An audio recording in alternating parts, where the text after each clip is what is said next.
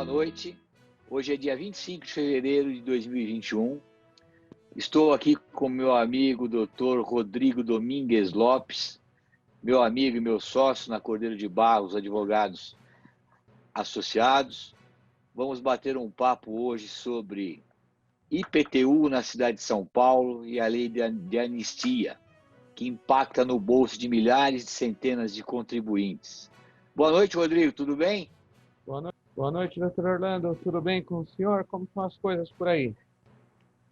Tudo bem, graças a Deus. Todo mundo um pouquinho recolhido agora com esse toque de recolher, entre aspas, a partir de amanhã, com muitas novidades hoje em São Paulo por conta da PEC, na Câmara dos Deputados, esse imbróglio todo, mas o nosso assunto que nos interessa hoje é tentar minimizar o estrago financeiro para os proprietários de imóveis na cidade de São Paulo, é isso?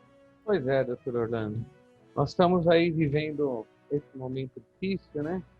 E a Prefeitura da cidade de São Paulo acho que não está tão preocupada quanto os contribuintes, né? Pois em 2020, eles notificaram milhares de contribuintes da cidade de São Paulo acerca de IPTU de exercícios anteriores, daqueles contribuintes que não fizeram a regularização imobiliária, né? E isso vem causando um impacto tremendo no bolso desses contribuintes já no exercício de 2021. Né? E é sobre isso que eu acho que vamos conversar hoje. Vamos explicar um pouquinho, primeiro, quando foi esse lançamento? Foi em 2020?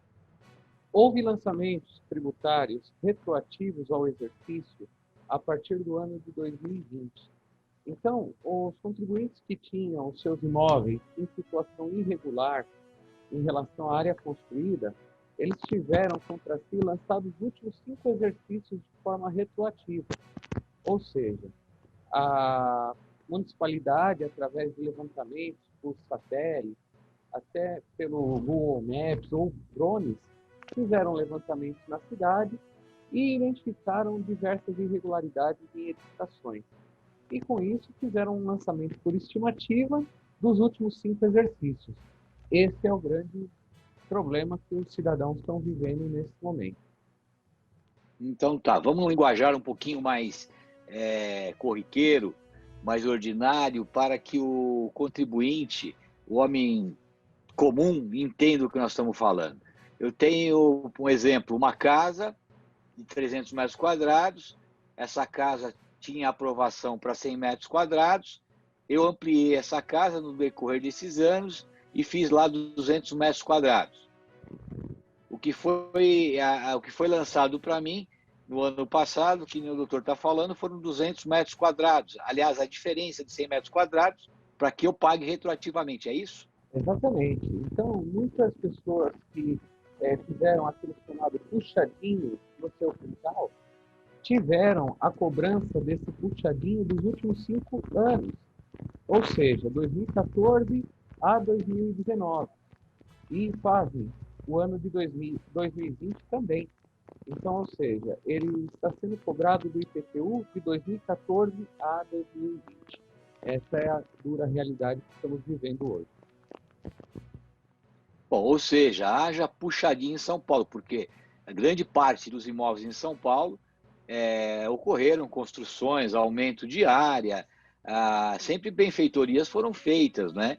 Dificilmente um imóvel continua estático na sua planta nos últimos 5 anos. Sempre há uma mexida, há uma melhora, há um aumento de área, e isso não foi regularizado na prefeitura, e agora a prefeitura vem e está cobrando retroativamente esta área e notificando esses contribuintes. É isso mesmo?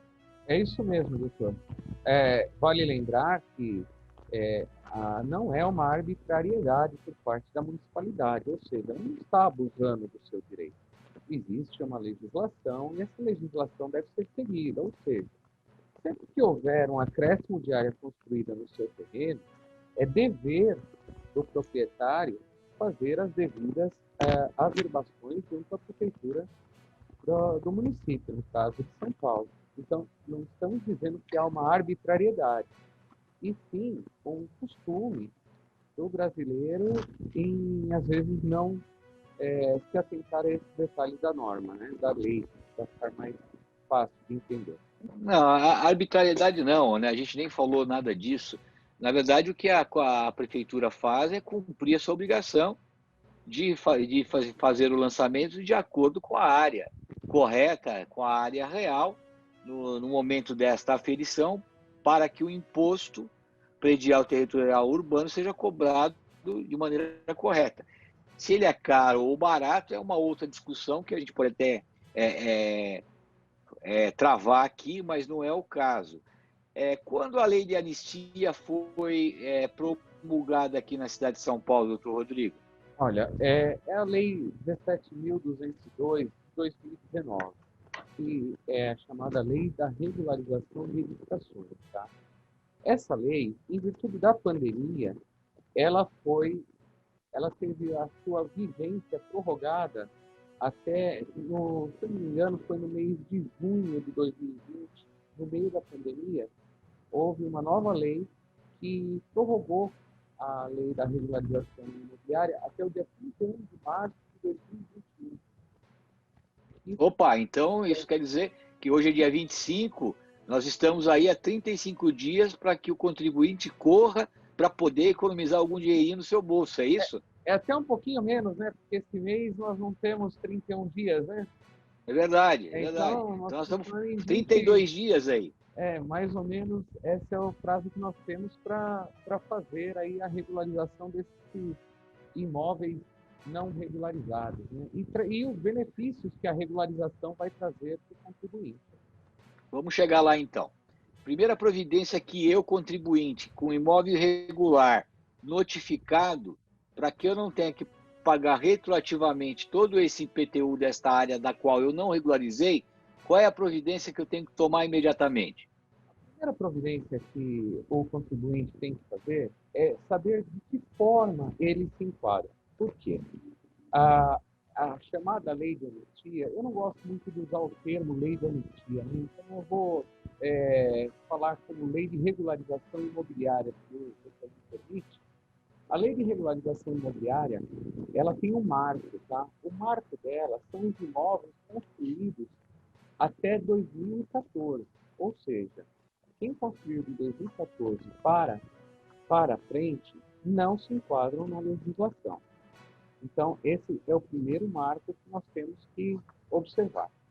Não há exceção, então. Pós 2014, não há exceção. Não é previsto, não é contemplado pela lei. Essa é a regra. Tá? Ok. Feito isso, nós vamos ter que identificar qual é o tipo de edificação que nós podemos regularizar. Porque para cada tipo de edificação, nós temos uma forma de regularização. Ela pode ser a regularização, até chamada regularização automática, onde o contribuinte não precisa fazer absolutamente nada. Depois nós temos as regularizações, que ela é declaratória, simplificada ou a própria declaratória. E, nesse caso, ela preenche outros requisitos. E depois, por fim, nós temos uma outra forma de regularização, que é a chamada regularização comum. Ou seja, todas aquelas que não forem automáticas ou declaratórias caem na regularização comum. Tudo isso vai depender do tipo. Explica, doutor Rodrigo, para ficar mais claro para o contribuinte que está nos ouvindo, nos assistindo, fala um pouquinho de cada uma dessas regularizações. Então, automática, vamos começar por ela. Vamos lá, a regularização automática. Basicamente, o mais fácil de observar a regularização automática funciona da seguinte forma. Qualquer imóvel residencial que teve o seu IPTU isento no ano de 2014, esses imóveis serão regularizados automaticamente. Ou seja, não precisa fazer nada o contribuinte. Não precisa fazer absolutamente nada. A municipalidade vai enviar o auto de regularização automaticamente para o domicílio do contribuinte. Sem custo. Perfeito. Sem custo nenhum e de maneira automática. Já matamos o primeiro. Depois dessa forma, nós vamos entrar na regularização declaratória. A declaratória, ela existe em duas modalidades, a simplificada e a cobrança chamada somente declaratória. No caso, a declaratória simplificada são para aqueles imóveis de uso residencial, tá? De até 500 metros quadrados, ou seja, imóveis residenciais de até 500 metros quadrados. Esses vão entrar na regularização declaratória simplificada. Então, basta que haja um técnico habilitado, seja um engenheiro ou um arquiteto, ele vai fazer todo o trabalho de projeto, de apresentação de ART e vai fazer o procedimento de regularização declaratória simplificada. Bom, basicamente, a declaratória simplificada, o engenheiro faz um croquis da residência, uma planta, pelo engenheiro ou pelo arquiteto, abre-se um processo administrativo junto à prefeitura. Perfeito. E solicita-se essa regularização. Perfeito. Ok. Um detalhe importante. Aí nós vamos falar de valores. Sempre que houver a regularização excluindo a automática, todas as outras formas de regularização, elas existem uma cobrança que é feita pela municipalidade para essa regularização. Essa cobrança, ela se dá no valor de R$10 pelo metro quadrado de área a regularizar. Ou seja... Uma taxa administrativa. É uma taxa de serviço da Prefeitura de São Paulo. Então, okay. Essa taxa é de R$10 por metro quadrado a regularizar. Certo. Ok? Então, agora eu vou falar um pouquinho também só da regularização declaratória, e não só declaratória simplificada. Nessa declaratória, o que nós vamos encaixar? Nós vamos encaixar imóveis de até 1.500 metros quadrados. Eles podem ser unifamiliares ou multifamiliares. Por exemplo, quando a gente fala multifamiliares, são aquelas casas geminadas. Então, são... Ou várias casas no mesmo terreno. No mesmo terreno, exatamente. Tanto horizontais como verticais. Tá? Nesse caso, ela é chamada de regularização declaratória e ela tem um aumento nos metros quadrados nesse caso. E nesse caso aqui também é interessante que, quando houver a necessidade da cobrança da outorga onerosa, o que é a outorga onerosa, doutor? Doutor, a outorga onerosa ela ocorre quando a área construída ultrapassa o coeficiente de aproveitamento permitido naquela região. Então, se eu tenho um imóvel com coeficiente de aproveitamento vezes 2, ou seja, eu tenho 100 metros de terreno, eu posso construir 200 metros. Se eu tiver 300 metros, então eu estou construindo acima do que é permitido naquela região. Essa diferença, ela pode ser regularizada também por esse sistema, só que nesse caso nós vamos ter a chamada outorga onerosa. Então, é aqui que se encaixa a regularização declaratória. Não sei se o doutor conseguiu me entender. Entendi bem. Agora, qual é a outra modalidade? A outra modalidade é a regularização comum. A regularização comum, ela é a que exclui todas as outras formas de regularização. Ou seja, vamos imaginar que eu tenha um imóvel de 2.000 metros quadrados. Então, ele não vai se encaixar na automática, ele não vai se encaixar na declaratória simplificada, tampouco na declaratória. Então, nós vamos para a regularização comum. A única diferença da regularização comum e das demais está relacionada à área. Então, são para áreas superiores a 1.500 metros quadrados. Nesse caso, são várias as categorias que podem ser regularizadas. Podem ser prédios públicos, podem ser particulares, enfim, qualquer imóvel em situação irregular na cidade de São Paulo, desde preenchidos os requisitos da lei, pode ser regularizado, seja da forma comum ou outra forma. Até comércio... O contribuinte vai precisar... Ok, o contribuinte objetivamente vai precisar de um engenheiro ou de um arquiteto? Com exceção da automática, sim. De um engenheiro ou um arquiteto. Engenheiro ou um arquiteto. Isso. Um especialista em regularização imobiliária. Ou Ou ele pode fazer também sozinho essa regularização, ou ele precisa de um advogado, de um técnico? O que acontece é assim, Como é que funciona isso? tirando a parte da regularização imobiliária, que seja de maneira automática, todas as demais dependem de um engenheiro ou um arquiteto que vá assinar a ART, que existe a responsabilidade técnica por aquilo que ele está fazendo, seja o croquis, seja o projeto, porque existem casos em que há uma cobertura muito grande do terreno. Então, Não, essa parte, doutor Rodrigo, ela está bem clara.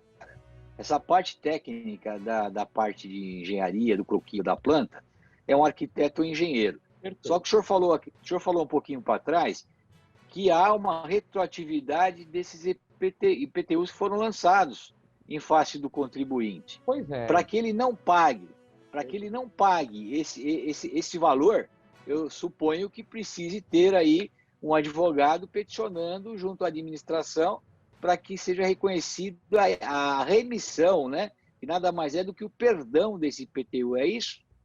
Então, eu ia chegar nesse ponto, doutor Orlando, e até agradeço a pergunta, que ela é muito pertinente e ela talvez seja o mais importante de toda essa parte da regularização, né? O que ocorre? A municipalidade, ela fez a cobrança desses IPTUs retroativos já com vencimento a partir de janeiro de 2021. Então, o que está acontecendo? Muitos contribuintes com medo já estão pagando algumas parcelas dessas IPTUs cobrados retroativos. Porém, o artigo 26 da lei, ele diz que, caso seja feita a regularização imobiliária, os débitos de IPTU de exercícios anteriores, eles são remidos. Justamente o que o doutor falou, eles são perdoados. Porém, se a gente for ficar aguardando que esse perdão seja dado de maneira espontânea, o risco, pelo menos no meu ponto de vista, ele é bastante alto. Por quê? Uma vez não pago o tributo na sua data de vencimento, incide juros e multa, né? Um processo de regularização imobiliária, ele pode demorar aí um ano e meio, a depender da complexidade, né? Então, como que nós temos trabalhado com essa situação? Sempre que há o processo de regularização imobiliária, o contribuinte é orientado a buscar o auxílio com o advogado, para que o advogado possa entrar com uma impugnação administrativa, que nada mais é do que um processo administrativo junto à Prefeitura de São Paulo, solicitando, num primeiro momento, que esses valores de IPTU retroativo sejam suspensos, pelo menos até o tempo em que houver a regularização. E já com o pedido de que, com a regularização imobiliária, eles sejam remidos, ou seja, eles sejam perdoados. E nós fazemos isso justamente para que o contribuinte tenha segurança de que não haverá cobrança desses IPTUs de maneira, aí sim, chamada ilegal, né? Então, Bom, basicamente, há algumas fases. Primeira fase é o engenheiro ou arquiteto. Perfeito. Delimitar a área excedente, fazer uma planta, assinar, recolher esse ART, recolher a taxa de R$10 o metro quadrado de área excedente, dar entrada na prefeitura. Concomitante a isso, peticionar junto à administração municipal, pedindo a remissão desses valores por conta da própria lei da anistia. Na verdade, que pode no ser... primeiro momento, a gente faz o pedido de suspensão da exigibilidade, né? Porque nós ainda não temos o auto de regularização. Então, inicialmente, Perfeito. Nós fazemos o pedido de suspensão da exigibilidade e que, ao término do processo de regularização, aí sim, sejam remidos os créditos tributários anteriores a 2020. Uma dúvida que deve estar na cabeça do contribuinte que nos ouve e nos vê nesse momento. Uma vez que ele entra com a regularização e essa regularização ela é deferida em favor do contribuinte, os créditos automaticamente estão remidos, perdoados ou não? Há que provocar a municipalidade para que isso aconteça. Pois é, essa é a grande pergunta, né, doutor? Nós não temos essa resposta. Então tá bom. Na dúvida, peticione Né, seu exatamente. advogado, pegue o seu advogado de confiança, contrate seu advogado de confiança, ou faça Perfeito. você mesmo a sua petição, né? Porque Perfeito. é uma petição administrativa que pode ser feita pelo próprio contribuinte, mas recomendamos que você procure um advogado, né? Isso Cada mesmo. macaco no seu galho, para que a coisa flua de uma maneira bem clara e muito objetiva, você tenha aí a economia nesses tributos já lançados e cobrados em face da sua área irregular até então. Doutor Rodrigo, para finalizar, queria que o senhor deixasse aí o seu contato, né? Do escritório, se possível, se não as suas redes sociais, e se despedisse dando aí um passo a passo de como o contribuinte deve realizar isso, né? Deve se adequar a isso, deve se organizar até o dia 30, porque o tempo está em cima aí. Pois é, então vamos lá, doutor. Então, a sugestão de um advogado com um pouquinho de experiência na área imobiliária, qual que é? Primeiro, fazer uma consulta no site da prefeitura com o número do seu contribuinte do IPTU, para saber se há alguma cobrança retroativa, porque às vezes pode ter um extravio ou pode não ter chego à casa desse contribuinte os IPTUs retroativos. Caso ele se defronte com alguma cobrança de IPTU de exercícios anteriores, ele deve procurar ou imediatamente uma pessoa que seja especialista na regularização imobiliária, um engenheiro, um arquiteto, e se for prudente da parte dele, também buscar o auxílio de um advogado para que possa lhe dar todo esse suporte necessário para ser perdoado, como o termo mais objetivo de entendimento, né? Para que ele tenha perdoado esses IPTUs dos anos anteriores. Bom, doutor Rodrigo, as informações foram claras, objetivas, de fácil entendimento. Queria que o senhor deixasse os seus contatos aqui, o seu e-mail, o seu site, como as pessoas podem fazer contato e tirar alguma dúvida que porventura tenha ficado na cabeça do contribuinte. Doutor, muito obrigado pela oportunidade. Nas redes sociais é fácil de me achar, o meu nome, Rodrigo Domingues Lopes. Eu faço parte do escritório Cordeiro de Barros e Lopes Sociedade de Advogados. O site é www.cordeirodebarros.com.br e o meu e-mail é rodrigo@cordeirodebarros.com.br. É bem fácil e acredito também que estará disponibilizado esse material de alguma forma para os ouvintes e para os telespectadores, né, doutor Orlando?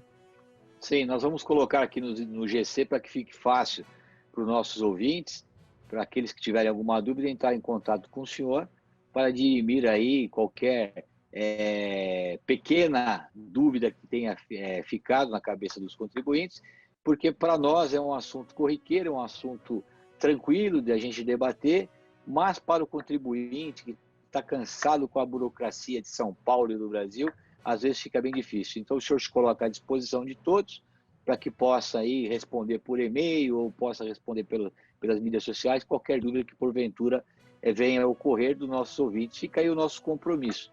Doutor Rodrigo, muito boa noite, muito obrigado pelos esclarecimentos e até a próxima.